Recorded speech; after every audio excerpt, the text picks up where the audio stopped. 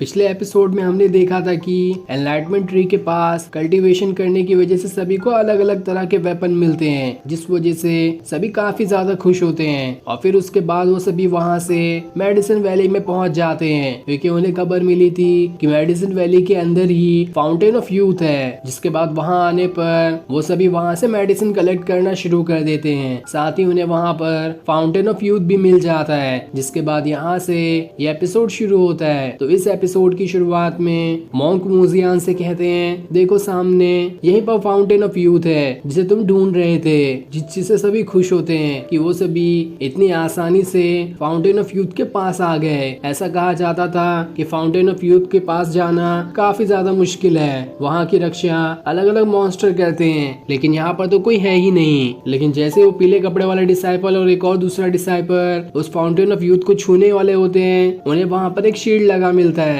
जिसके अंदर जाना किसी की भी बस की बात नहीं थी। ये देखकर मॉन्क सभी से कहता है, ये सील तो बहुत ज्यादा पावरफुल है, इसे तो मैं भी नहीं तोड़ सकता। जो सुनकर बाकी डिसाइपल हैरान रह जाते हैं कि जब मॉन्क भी इस सील को नहीं तोड़ सकते तो आखिर कौन इसे तोड़ पाएगा। हमारा यहाँ तक आना भी बिल्कुल बेकार ही रह गया। लेकिन तब मार्क सभी से कहती है, अगर कोई नहीं तोड़ सकता तो मुझे ट्राई करने दो, क्योंकि मुझे अपने ग्रैंडफा को रीबॉर्न करना है, इसलिए मुझे कैसे भी करके इस सील को तोड़ना होगा। जिसके बाद वो वहाँ पर अपने स्पिरिचुअल बर्ड को समन कर लेती है, जो आते साथ ही उस सील को तोड़ने की कोशिश कर रहा होता है, लेकिन इसका भी कोई फायदा नहीं होता और वो बर्ड वहाँ से दोबारा से मार्क के अंदर चले जाता है। तब ये देखकर अब मूजियान ट्राई करने की कोशिश करता है ताकि वो फाउंटेन ऑफ यूथ को निकाल सके। जिसके बाद वो सभी से कहता है, चाहे कुछ भी हो जाए अब मैं ट्राई करूंगा कि इस सील को तोड़ सकूं, क्योंकि इसे तोड़ना मुश्किल तो है लेकिन नामुमकिन नहीं। जिसके बाद वो अपने स्पिरिचुअल वर्ल्ड में पहुंच जाता है, जहां से वो एक स्पिरिट की पावर्स को समन करना शुरू कर देता है। और जैसे वो उसकी पावर को समन करता है, मेडिसिन वैली के अंदर मूजियान के पास एक और मूजियान ऑरा से बना वाला आ जाता है, जो आसानी से ही उस शील्ड के अंदर चले जाता है, क्योंकि उसके पास कोई फिजिकल बॉडी तो थी ही नहीं जो उसे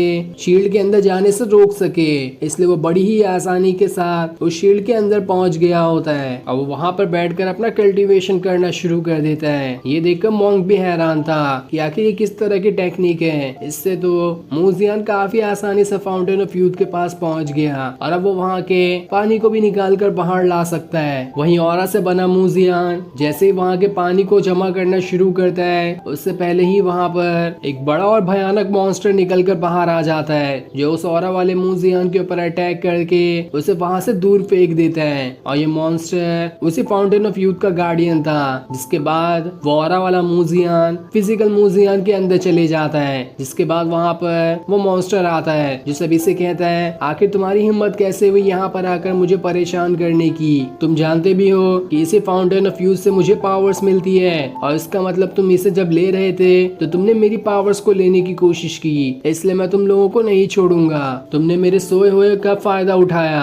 और मेरे सोए रहने की वजह से तुम यहाँ पर चोरी करने के लिए आ गए, इसलिए तुम चोरों को मैं जरूर सजा देकर रहूंगा। जिसके बाद वो उन सभी के ऊपर अटैक करने वाला होता है, लेकिन तब मूजियान वहाँ पर अपनी इमॉर्टल शील्ड को निकाल लेता है, जो अभी कुछ ही देर पहले एनलाइटमेंट ट्री के पास कल्टीवेशन करने से उसे मिली थी। और जैसे वो उसे निकालता है, उस शील्ड के अंदर से एक पावरफुल बर्ड निकल कर उस मॉन्स्टर के सारे अटैक को रोकना शुरू कर देता है, जहाँ उस मॉन्स्टर का एक भी अटैक मूजियान को तो छू भी नहीं पा रहा था, क्योंकि उस शील्ड वाला बर्ड काफी ज्यादा पावरफुल होता है, जिसने उस मॉन्स्टर के भी अटैक को बड़ी ही आसानी से झेल लिया था। जिसके बाद वो बर्ड दोबारा से शील्ड के अंदर ही चले जाता है। तब ये देखकर वो मॉन्स्टर भी हैरान था। वो मूजियान से पूछता है, आखिर तुम हो कौन, तुम्हारा मास्टर कौन है जिसने तुम्हें इतने पावरफुल वेपन दिए और इतनी अच्छी अच्छी टेक्निक सिखाई। तब मॉन्क वहाँ पर आता है, जो उससे कहता है, मूजियान उस मास्टर का डिसाइपल है, जो मास्टर पूरे कुनलुन माउंटेन के सबसे बड़े मास्टर माने जाते हैं। साथ ही हम सब यहाँ पर आपको परेशान करने के लिए नहीं आए थे। हम नहीं जानते थे कि उस फाउंटेन ऑफ यूथ की वजह से ही आपको पावर्स मिलती है। अगर ऐसा मालूम होता हमें तो हम कभी भी आपकी पावर्स को लेने की कोशिश नहीं करते, इसलिए मूजियान और बाकी हम सबको माफ कर दो। हम दोबारा कभी यहाँ पर आने की कोशिश नहीं करेंगे। तब ये सुनकर वो मॉन्स्टर उससे कहता है, अगर तुम कुनलुन के सबसे बड़े मास्टर के डिसाइपल हो तो ठीक है, मैं तुम्हें माफ करता हूँ, लेकिन तुमने यहाँ पर आकर अपनी खतरनाक वेपन से मुझ पर अटैक करने की कोशिश की है, इसके लिए तुम्हें अलग तरह से माफी मांगनी होगी और वो माफी ये होगी कि तुम्हें अब से अपना ये इमॉर्टल शील्ड मुझे देना होगा। इसे मैं अपने पास रख लूंगा। जो सुनकर मूजियान हैरान रह जाता है कि आखिर ये मेरे सीधा सीधा इमॉर्टल शील्ड को ही मांग रहा है, ये तो मैं ऐसे नहीं दे सकता। तब मॉन्क मॉन्स्टर से कहता है ये इमॉर्टल शील्ड है जिसे खुद ही इस शील्ड ने मूजियान को चुना है। अगर ये दूसरे के पास जाएगा तो इसकी पावर्स बिल्कुल कम हो जाएगी, इसलिए आपको इसे नहीं लेना चाहिए क्योंकि आपके काम का ही ये नहीं होगा। जब आपके काम का ये होगा ही नहीं तो आप इसे लेकर भी क्या करोगे। लेकिन वो मॉन्स्टर तो सुनने के लिए तैयार ही नहीं था। वो मूजियान से कहता है तुम्हारा शील्ड भी मुझे बहुत पसंद आ गया है, इसलिए इसे यहाँ पर रखो और जल्दी से यहाँ से निकल लो, वरना मेरा दिमाग खराब हुआ तो मैं तुम सभी के ऊपर दोबारा से अटैक करना शुरू कर दूंगा।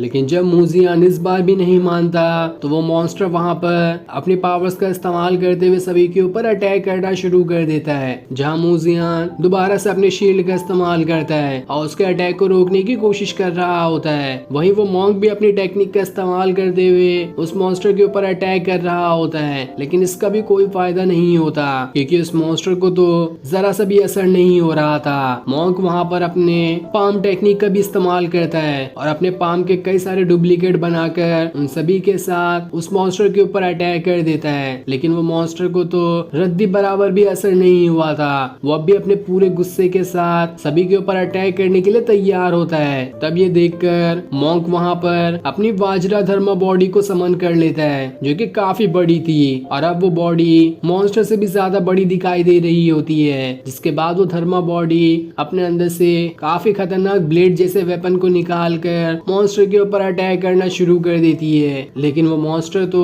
खुद का शील्ड बनाकर उन सारे अटैक से बच जाता है, जहाँ वो अटैक तो उसे छू भी नहीं पाया था। जो देखकर मॉन्क हैरान रहता है, लेकिन वो अभी भी हिम्मत नहीं हारता। वो दोबारा से अपनी पावर्स को एक्टिवेट करना शुरू कर देता है ताकि इस मॉन्स्टर को खत्म करके बाकी सभी को बचा सके। जिसके बाद वो अपने धर्मा बॉडी का बड़ा वाला हाथ का ऑरा बनाते हुए उस मॉन्स्टर के ऊपर अटैक करता है। लेकिन वो मॉन्स्टर तो इस अटैक को भी बड़ी ही आसानी के साथ झेल जाता है। वो मॉन्क से कहता है तुम चाहे कितनी भी कोशिश कर लो लेकिन तुम मुझे नहीं मार पाओगे क्योंकि मेरी बॉडी ही इस तरह से बनी है कि मुझे किसी भी अटैक का कोई असर ही नहीं होता। तो तुम्हारे अटैक का मुझ पे कौन सा असर होने वाला है। आज तुम लोगों ने मेरी बात ना मानकर बहुत बड़ी गलती कर दी है, इसलिए आज का दिन तुम सबके लिए आखिरी होगा। जिसके बाद वो मॉन्स्टर मूजियान और बाकियों को एक शील्ड के अंदर डाल देता है ताकि वो उनके ऊपर अटैक करके उन्हें खत्म कर सके। लेकिन तब मॉन्क अपने भाले का इस्तेमाल करता है जो उसे एनलाइटमेंट ट्री के पास कल्टीवेशन करने से मिला था और वो उस भाले का इस्तेमाल करते हुए उस शील्ड को भी खत्म कर देता है। जिसके बाद वो उस भाले के अंदर से एक बहुत ही बड़े ड्रैगन को निकाल कर उस मॉन्स्टर के ऊपर अटैक करता है। लेकिन वो मॉन्स्टर इस अटैक से भी बड़ी ही आसानी के साथ बच जाता है। ऐसा लग रहा था कि मॉन्स्टर तो बस उनके साथ खेल रहा है और किसी के भी अटैक का उस पर रद्दी बराबर भी असर नहीं होने वाला। वो मॉन्क अपने धर्मा बॉडी के भी हाथ के ऑरा का इस्तेमाल करते हुए दोबारा से उसके ऊपर अटैक करने की कोशिश करता है, जहाँ ये अटैक भी पावरफुल लग रहा था। लेकिन वो मॉन्स्टर अपने सर का इस्तेमाल करते हुए उसके अटैक को रोक लेता है। जिसके बाद वो मॉन्क और बाकियों से कहता है तुम लोग चाहे कुछ भी कर लो लेकिन मुझे पावर इस फाउंटेन ऑफ यूथ से मिलती है, इसलिए तुम मुझे कभी भी खत्म नहीं कर सकते। और फिर उसके इतना कहते ही ये एपिसोड यहीं पर एंड हो जाता है। Thanks for watching.